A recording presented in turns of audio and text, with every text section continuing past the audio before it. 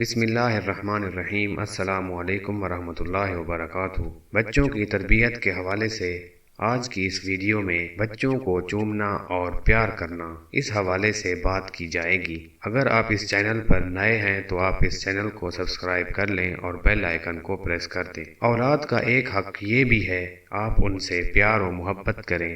اولاد سے پیار و محبت ایک فطری جذبہ ہے جو اللہ تعالیٰ نے ہر ماں اور ہر باپ کے دل میں پیدا فرمایا ہے۔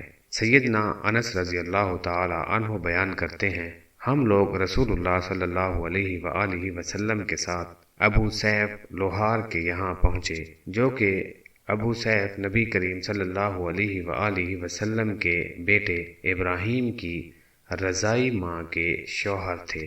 نبی کریم صلی اللہ علیہ وآلہ وسلم نے اپنے بیٹے کو گود لیا، ان کو پیار کیا اور ان کو سونگھا، یعنی ان کے چہرے پر اپنی ناک اور منہ اس طرح رکھا گویا سونگھ رہے ہوں۔ پھر جب اس کے بعد ہم وہاں گئے تو ابراہیم کی سانس اکھڑ چکی تھی اور رسول اللہ صلی اللہ علیہ وآلہ وسلم کی دونوں آنکھوں سے آنسو ٹپا ٹپ گر رہے تھے۔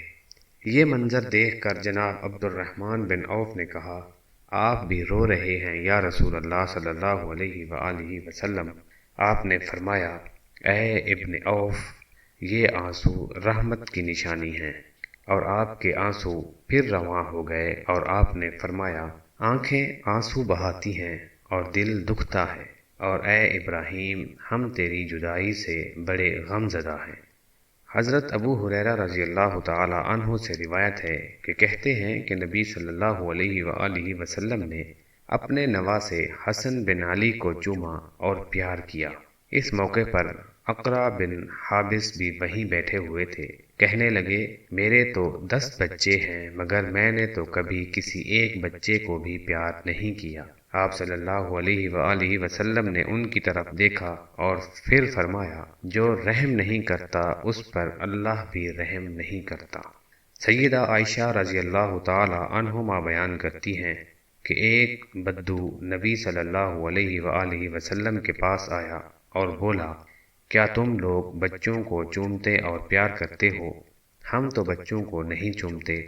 نبی صلی اللہ علیہ وآلہ وسلم نے سنا تو فرمایا، میں کیا کر سکتا ہوں اگر اللہ نے تمہارے دل سے رحم کا مادہ نکال دیا ہے؟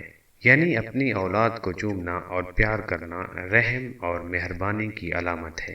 وہی لوگ اپنی اولاد کو چومتے اور پیار کرتے ہیں جن کے دلوں میں اللہ نے رحم ڈالا ہے، اور اللہ تعالیٰ انہی لوگوں پر رحم فرماتا ہے جو دوسروں پر رحم کرتے ہیں۔ جو دوسروں پر رحم نہیں کرتے وہ خود بھی رحم سے محروم رہتے ہیں۔